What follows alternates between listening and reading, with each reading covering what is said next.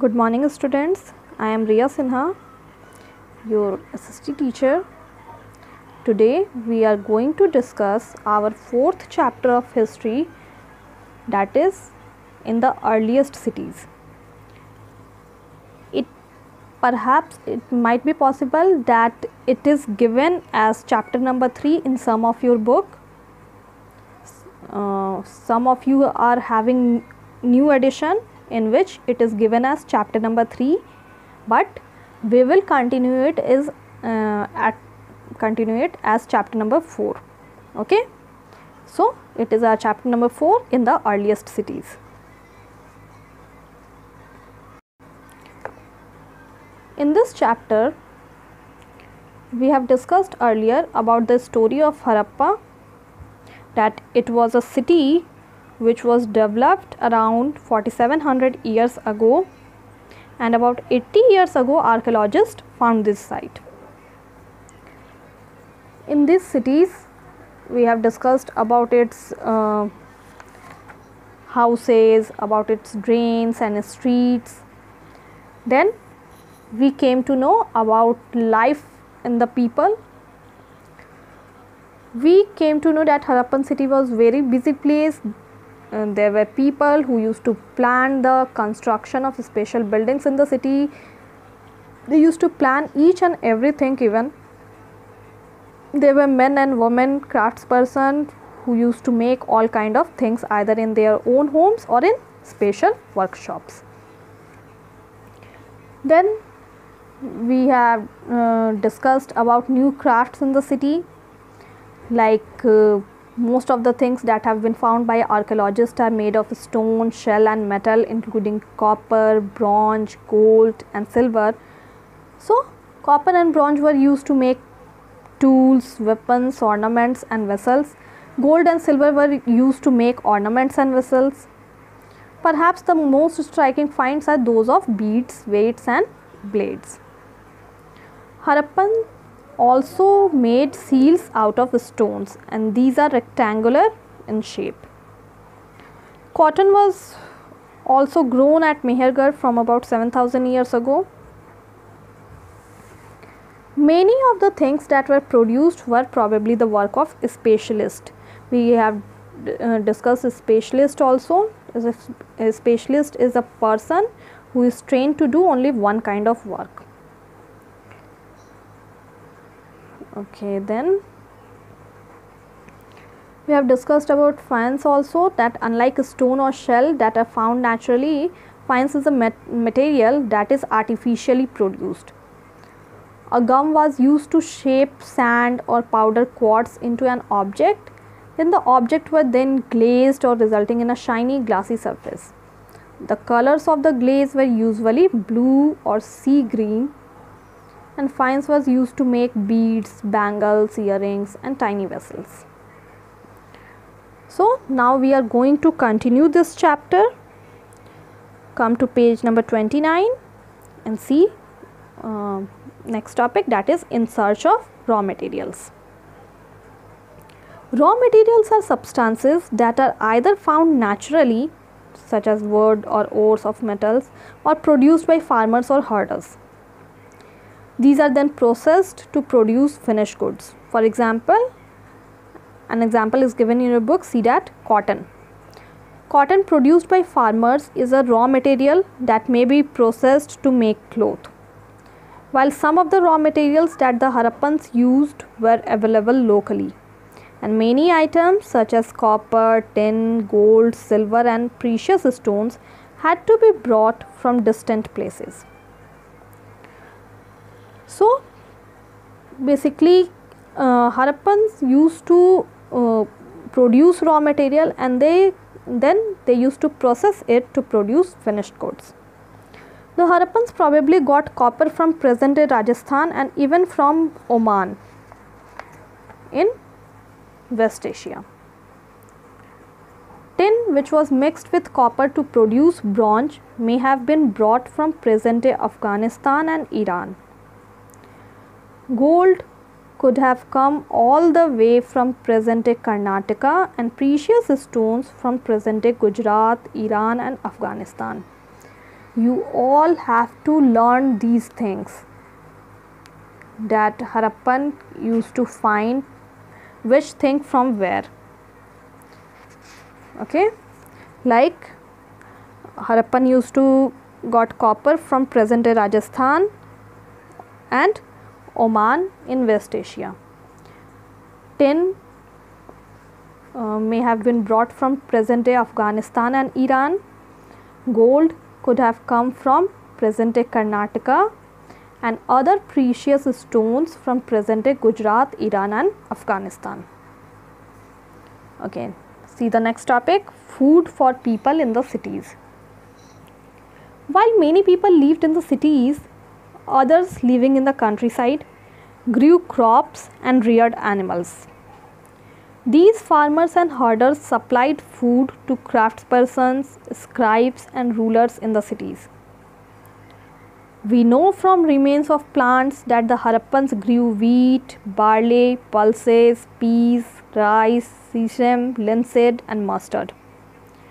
These are some of the remains of plants which Harappan used to grow. Okay, a new tool, that is the plough, was used to dig the earth from turning the soil and planting seeds. While real plough, which were probably made of wood, have not survived, toy models have been found. As this region does not receive heavy rainfall, so some form of irrigation may have been used. This means that water was stored and supplied to the fields when the plants were growing. So in that place where which does not receive proper rainfall, so some form of irrigation may also have been found from there. The Harappan reared cattle also, that sheep, goat and buffalo. Water and pastures were available around settlements. So however, in the dry summer months, large herds of animals were probably taken to greater distances in search of grass and water. They also collected fruits like burr, caught fish and hunted wild animals like the antelope. Means for their survival, sometimes they used to move from one place to another. We have discussed this in our previous chapter also. Now a closer look Harappan towns in Gujarat. The city of Dholavira was located in Khadir Bet, also spelled as Bet, in the run of Kutch, where there was fresh water and fertile soil. Dholavira was located on the Khadir Bet in the run of Kutch, and there was fresh water and fertile soil also. So unlike some of the other Harappan cities which were divided into two parts, Dholavira was divided into three parts. Earlier I told you all that Harappan cities were divided mainly into two parts. First is western part is Citadel and the eastern part is Lower Town. But Dholavira was divided into three parts, and each part was surrounded with massive stone walls with entrances through gateways. There was also a large open area in the settlement where public ceremonies could be held. Other finds include large letters of the Harappan script that were carved out of white stone and perhaps inlaid in wood. This is a unique find, as generally Harappan writings has been found on small objects such as seals. So there was large open area in the settlement where public ceremonies could be held. Other things were also there, like large letters of the Harappan script that were carved on white stone. The city of Lothal stood beside a tributary of the Sabarmati in Gujarat, close to the Gulf of Khambat. It was situated near areas where raw materials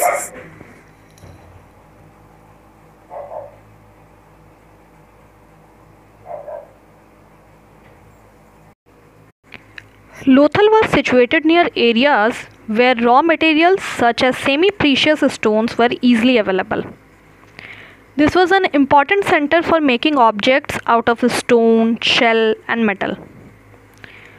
There was also a storehouse in the city, and many seals and ceilings were found in this storehouse. So, Lothal was beside a tributary of Sabarmati in Gujarat. It was situated near areas where raw materials were found. There was an important center for making objects out of stone, shell and metal, and there were storehouse also. A building that was found here was probably a workshop for making beads or half made beads, tools for bead making and finished beads have all been found here. Okay, now the mystery of the end, how these cities came into end. See, around 3900 years ago we find the beginning of a major change. People stopped living in many of the cities. Writing, seals and weights were no longer used. Raw materials brought from long distances became rare. In Mohenjo-daro, we find that garbage piled up on the streets, the drainage system broke down, and new, less impressive houses were built even over the streets. But why did all this happen? The major question is that. We are not sure about it. Some scholars suggest that the rivers dried up, others suggest that there was deforestation. This could have happened because fuel was required for baking bricks and for smelting copper ores. And besides, grazing by large herds of cattle, sheep and goat may have destroyed the green cover. In some areas there were floods, but none of these reasons can explain the end of all the cities. Flooding or a river drying up would have had an effect in only some areas, but it appears as if rulers lost control. In any case, the effect of the change are quite clear. Sites in Sindh and West Punjab, which is in present-day Pakistan, were abandoned, while many people moved into newer or smaller settlements to the east and south. New cities emerged about 1400 years later. Okay, so we have completed this chapter. Explanation we have completed. Hope you all understood the chapter well. We will do its question, answer and everything later. Thank you and have a nice day.